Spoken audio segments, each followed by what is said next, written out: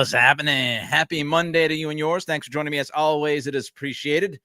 Everything Pats, a New England Patriots podcast. Reminder, no Friday podcasts until Friday, July 18th. We will be back on Fridays, live streaming 3 p.m. Eastern, Friday, July 18th. Up until then, we're doing Mondays and Wednesdays. Also, Minicamp just wrapped up a little while ago. I want to dig deeper into the practices on Wednesday about both minicamp practices on this podcast and the Locked On Patriots podcast. The reason why I'm not going to dive deep into what happened earlier today is because I wasn't there, and I want to read all the reports, and I want to make sure that I take the things that are in common from all these reports and give you the latest information. So there's a lot of sporadic stuff online, on Twitter, social media. I like to compile that stuff. We'll dig deeper on Wednesday about the 2 minicamp practices happening today and tomorrow. But from what I have seen on social media, it sounds like Drake May had another very good day. That would be his second straight very good day in front of the media. Kyle Williams apparently had the play of the day, about a 50-yard touchdown reception from Josh Dobbs, so that's nice to hear. Stefon Diggs participated in all slow-paced drills and periods, so he's not going full bore just yet, and we'll talk more about Diggs in a few minutes. And finally, Isaiah Boldman reportedly had a red zone interception that would have been a pick six if they were playing a game that mattered. That red zone pick was against the aforementioned Dobbs. So those are the updates that I've seen from today's practice. But I want to jump into Jabrill Peppers because I believe Peppers has the potential to be a stud in 2025. With Mike Vrabel and his coaching staff, I think we should pay special attention to Peppers and his impact for this football team. You know, questions around Peppers during the offseason. Was he going to be back? Was he going to be a fit for Mike Vrabel?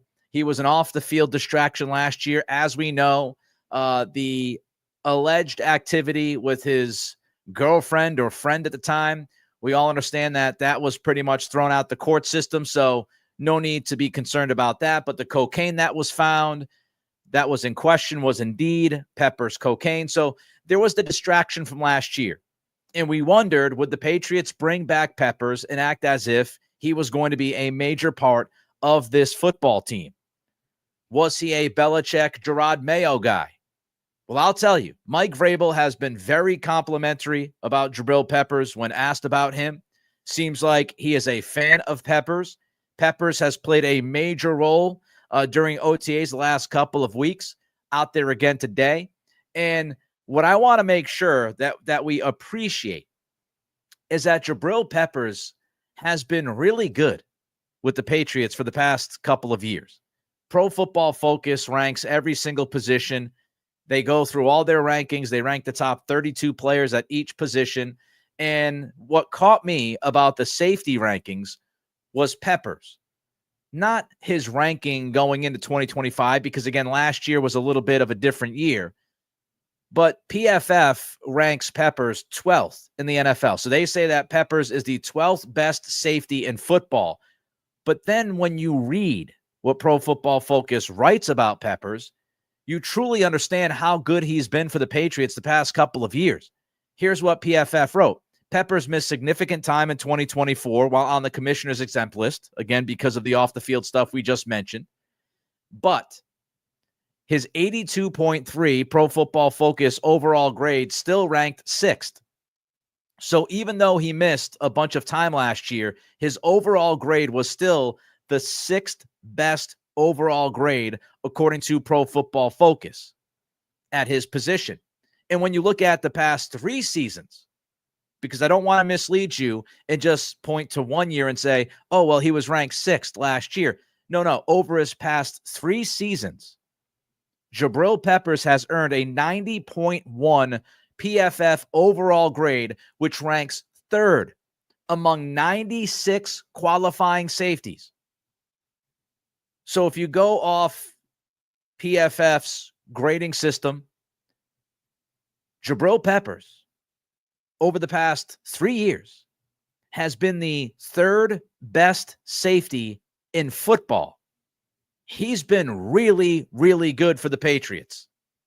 And now we get ready to try to forecast what he's going to be in 2025. And I'll go back to what I said where I started. Peppers has the potential to be a stud this season, an outright stud. You look at what he did the past 3 years, according to Pro Football Focus, and then you try to project what he's going to do with this particular team and this particular coaching staff and this particular system. The distractions are behind Jabrill Peppers, or they should be.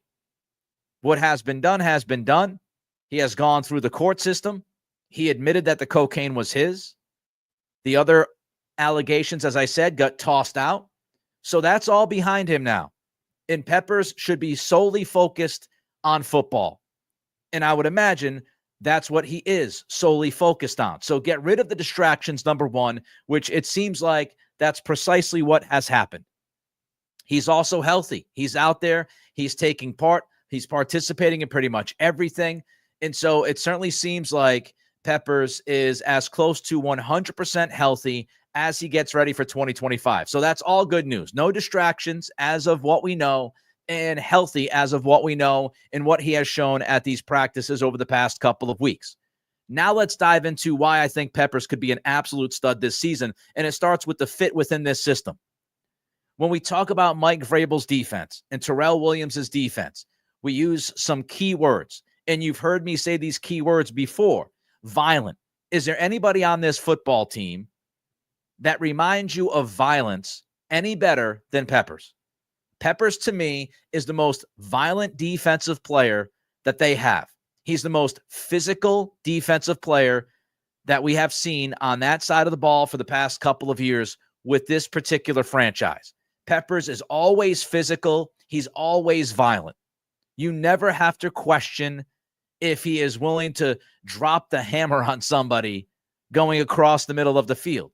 So when we talk about this idea of Vrabel's system being all about violence and being all about physicality, that is what Jabrill Peppers is in spades. Playing downhill, attacking. That's what Peppers does best. He's going to sit there and he's going to go downhill and he's going to want to smoke somebody.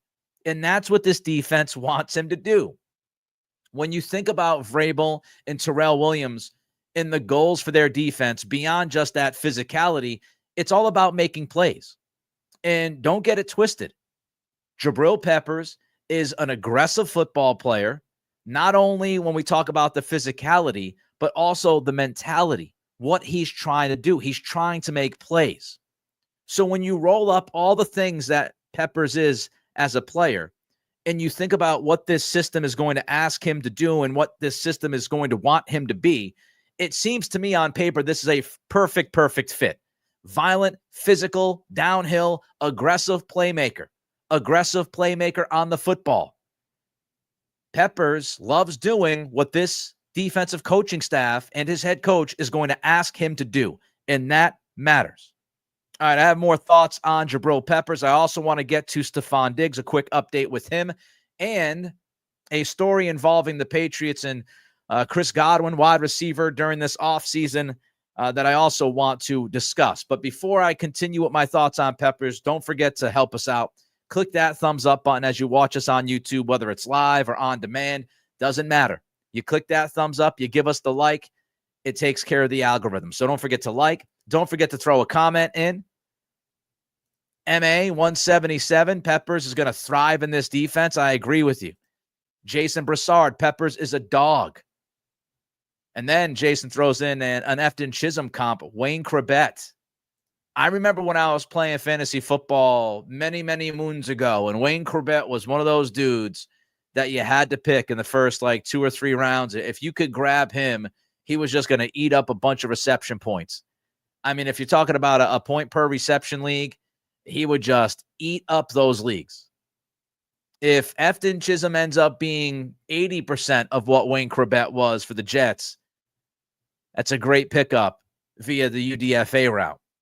So don't forget to like, don't forget to comment, and don't forget to subscribe. We march towards 7,000 subscribers. That is the goal. It is the dead season for the next month or so for football. So all of the likes and comments help, particularly during this time. So don't forget to like, comment, and subscribe. My friends at Spotify, Apple Pods, rate, review, and follow. I see all of you as well helping out this this podcast and this content. All right, back to some Peppers thoughts.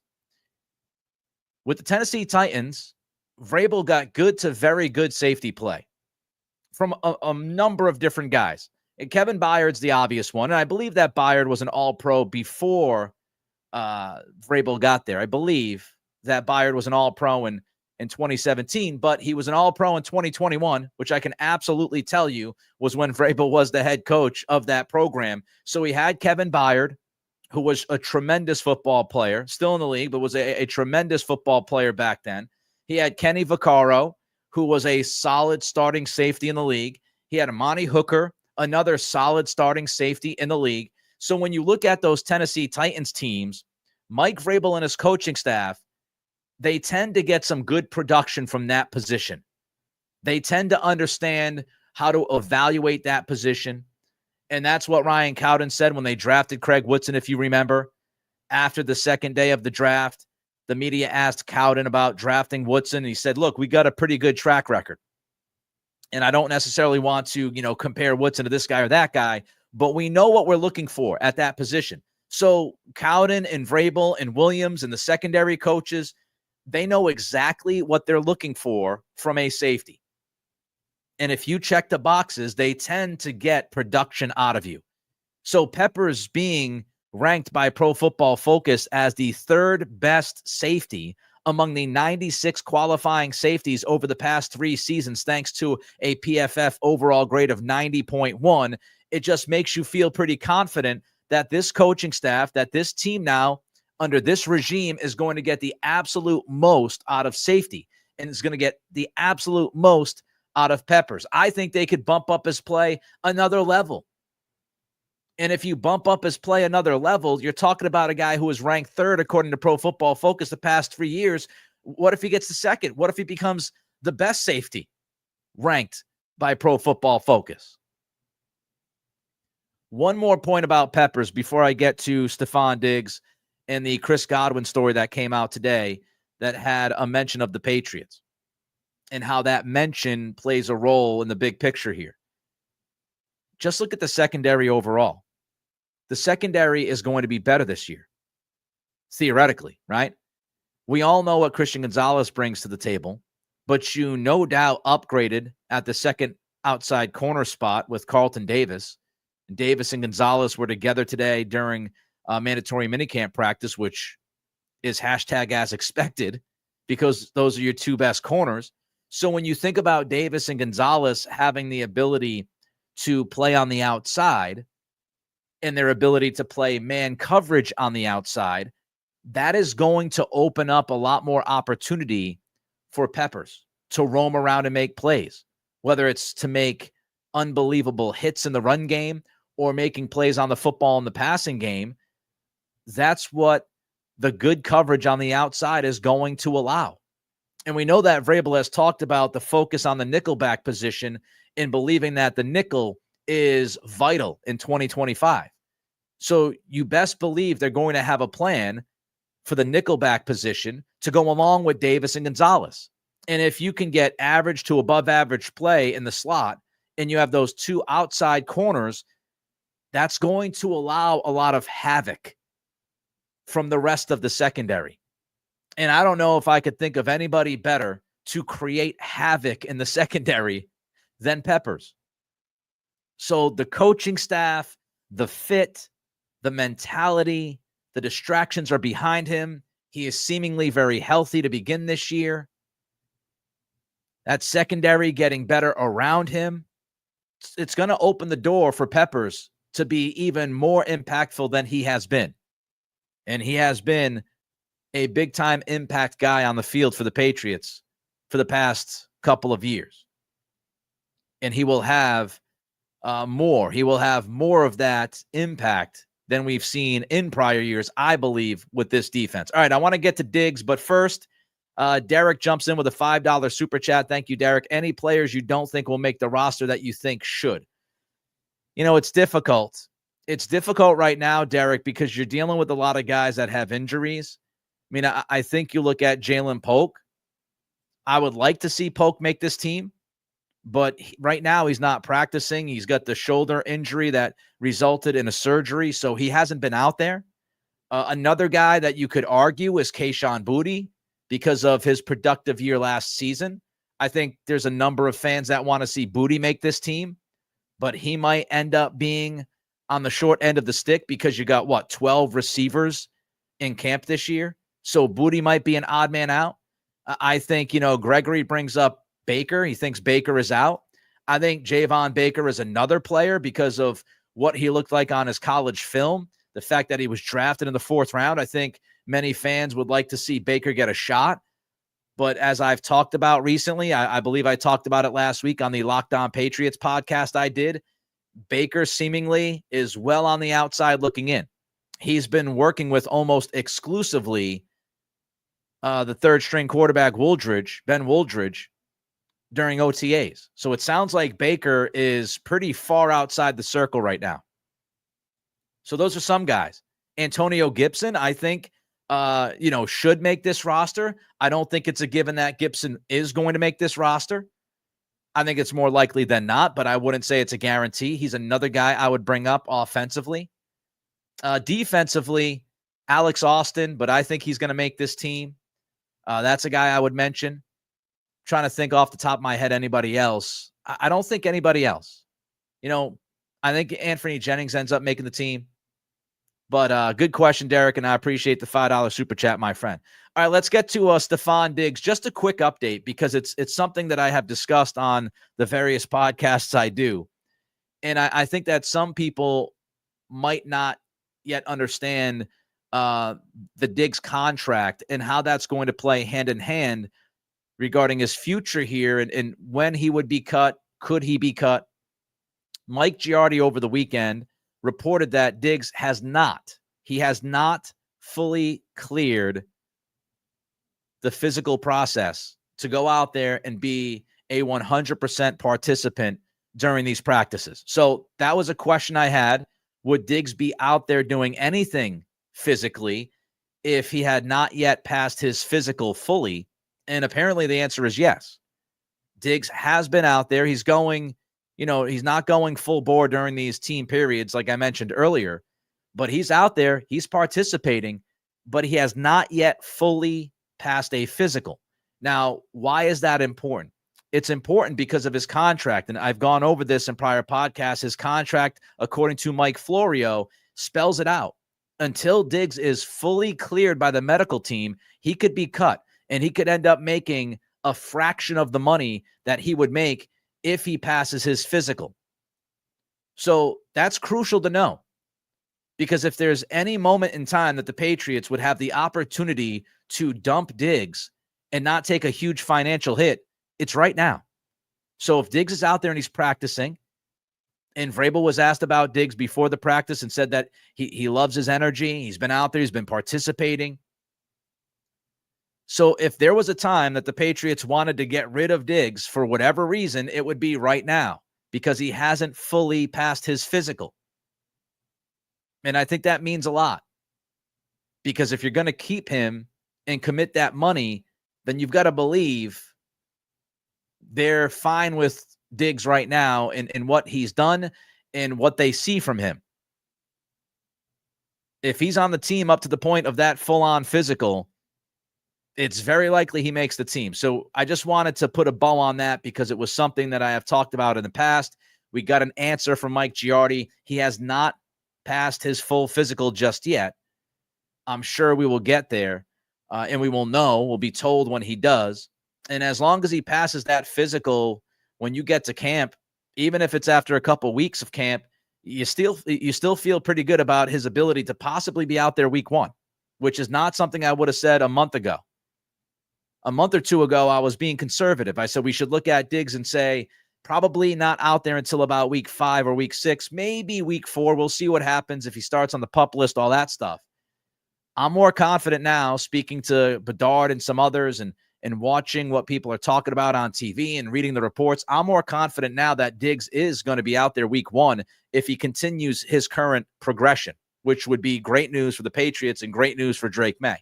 But keep an eye on the physical, because once he passes that physical fully, he's going to be ready to go, and then the Patriots are responsible for more money than they would be right now if they wanted to get rid of him.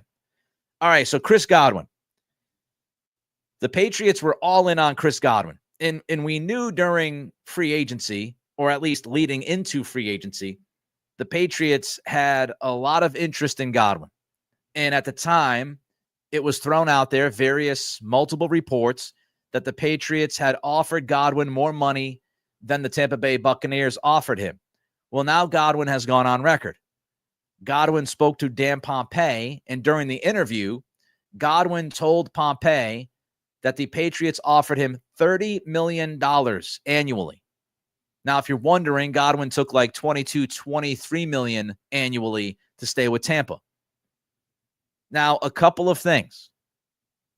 I'm not going to sit here and take Godwin's word for it and run away from this report, this interview, and say, man, the Patriots, they were willing to pay him $30 million a year, and he only took $22 or $23 million a year from Tampa. Wow, the Patriots were willing to go, banana land. To a point they were, but there are a few things that we don't know. You can say $30 million a year, but how much were the guarantees? How long was the contract? How long term? How many guaranteed years were within that contract? I always talk about NFL contracts and being funny money. There's a way to offer Godwin $30 million a year, but not necessarily pay him $30 million a year. We all understand that at this point, right? It's 2025. We understand how teams play games with contracts. So there are some details, I'm sure, that Godwin is not sharing. It's certainly possible the Patriots were just going to blow Tampa out of the water. We're going to give him $30 million guaranteed a year. It was going to be for the same amount of years, same guaranteed money, et cetera, et cetera, et cetera. But there could be guarantees that we're talking about. There could be incentives that we're talking about. And don't forget, Godwin does have some motivation to say the Patriots were offering him $30 million a year, but he took, a lot less to stay in Tampa, because that story, without the details, makes Godwin come across as, I didn't care how much money was offered to me, I was going to stay in Tampa. And maybe that is true. And maybe that's just the point of the entire story, is that he was going to stay no matter what. But I'd love to know the details before saying, okay, unequivocally, that's how much more money the Patriots were willing to offer him. I absolutely believe the Patriots were willing to give him more money. And I tend to believe it was significantly more money. But without the details, we take it for what it's worth, coming from Godwin, who, could also be trying to endear himself further with Tampa Bay Buccaneers fans by saying, I turned down all of that money. But I want to pay attention to something else, because what happened. And we all know that Godwin is in Tampa. He's not coming to New England, at least not anytime soon. The Patriots offering Godwin $30 million a year, when you compare that to the Stefon Diggs contract, it's rather obvious that Diggs is a Band-Aid. And the Patriots are not looking at Stefon Diggs as the solve-all, and they shouldn't. And neither should we. We should not be looking at Diggs as the end-all, be-all, that wide receiver. I've said this from day one when they signed him. He's no longer a number one receiver. He might be closer to a 2B than a 1A. We all have to appreciate that, because if we don't, we're going to have unreasonable expectations for Diggs going into this season. The Patriots, if you look at what Godwin is saying, they were willing to pay him $30 million a year, and they're nowhere near that number with Diggs. I think that tells you that they pivoted to Diggs, and they don't see Diggs as the same as Godwin. And neither does the league, because obviously Godwin had a market, and Diggs's market was questionable, especially coming off the ACL. So it's just a reminder that we have to treat Stefon Diggs as a Band-Aid this year. He could be a great Band-Aid. He could end up being the best Band-Aid that you could ever buy from the store. He could end up putting together a really good 2025, and we all hope that he does. But we just have to be reasonable when looking at Diggs. And the contract that was offered to Godwin tells us the Patriots don't view Diggs near that tier of receiver. And Godwin is also coming off a serious injury and surgery. So we just have to keep things reasonable. Here's something else that I thought about when reading Godwin's words today. If Kyle Williams does not prove to be a number 2 receiver by this season's end, if we are not sitting here in December saying that Williams is certainly looking like a bona fide number 2, well, now we've got to look at this and understand that if Williams does not prove that he's a number 2 receiver by season's end, the Patriots are most likely going into next offseason again looking for a 1 and a 2. Now, Diggs might stay, but his contract, for all intents and purposes, is a 1-year deal. We'll see if he puts up numbers, and if he does, then you could certainly argue Diggs would be back next season, and he could be that number 2 receiver. But there's still a lot of unanswered questions about the wide receiver room. There are a lot of unknowns. You know, if Diggs is healthy, does he look like a 2? Does he look like a 3? Does he look like a 1B? I think we should focus more on 2/3. Does Kyle Williams make enough push on this roster? Does he make that push on this roster by, the time we get to December, we're saying to ourselves, Kyle Williams looks like a bona fide future number 2 guy. I mean, look, perfect world, he'd be a number 1 guy. But if Williams does not prove to be a number 2 by the end of this season, the Patriots go into the offseason for 2026 with still a lot of questions at receiver and still likely looking for a number 1 and a number 2 for the long term. Diggs might be a great Band-Aid in 25. He might end up being a great Band-Aid in 26. But looking at his age and the injury, we just have to be conservative and say next offseason, we could still be in the same boat at that position. It's going to depend on Diggs and the season he puts together. It's going to depend on Kyle Williams and whether or not he's going to make enough headway this season. And speaking of Kyle Williams, on today's Locked On Patriots podcast, I dove into Kyle Williams, his background, and what I think he could end up doing this year. So you want to check that out. But there are lots of questions and unknowns at receiver. The Diggs questions, Kyle Williams, rookie season, what's he do? Jalen Polk questions, Javon Baker questions, Kendrick Bourne questions. I mean, there's still a number of unknowns about this group. I feel like that wide receiver room is better this year than last year, and I believe they're going to produce at a higher level. And I think McDaniels and Downing are going to get more out of these guys, certainly, than what the prior coaching staff would have been capable of getting out of this room. But I don't want to act as if the wide receiver questions have all been answered and we're just going to move on forward and everything's perfect for Drake May. We have to see how Williams progresses throughout camp. We have to see how he reacts when he gets on the field and the games matter. We have to see what Stefon Diggs looks like by the time we get to September and what kind of production is he capable of without Nico Collins and some other guys that were down there in Houston. What is Pop Douglas's role? Does Efton Chisholm make the team? Does Polk make the team? I mean, there's just wide receiver is going to be one of the most fascinating questions and topics over the next couple of months. Until we get to week 1 in September, I think the wide receiver questions are going to continue, and they should continue, and it's going to be a day-to-day update, what guy did what during what practice. But that position, that puzzle has not been fully put together yet. And we have to remember that when we think about what the Patriots were willing to offer Chris Godwin and pivoted and went to Diggs and pivoted and drafted Kyle Williams. Now you hope the pivots work out. We'll see. Don't forget to click that thumbs up button as you watch. All the likes help us. Don't forget to comment, throw your comments down into this chat. Let me know how you're feeling about the wide receiver position. Diggs, the Godwin offer, quote unquote. Jabrill Peppers, is he going to be a stud this year? Don't forget to like, comment, and subscribe. Of course, let's not forget Spotify, Apple Pods, my friends over there, to rate, review, and follow. All right, we'll be back on Wednesday with thoughts about minicamp practices, both of them today and tomorrow. Also, we'll have a mailbag for you. So until 3 o'clock on Wednesday, when we go live again. Be well. I appreciate every single one of you and your support.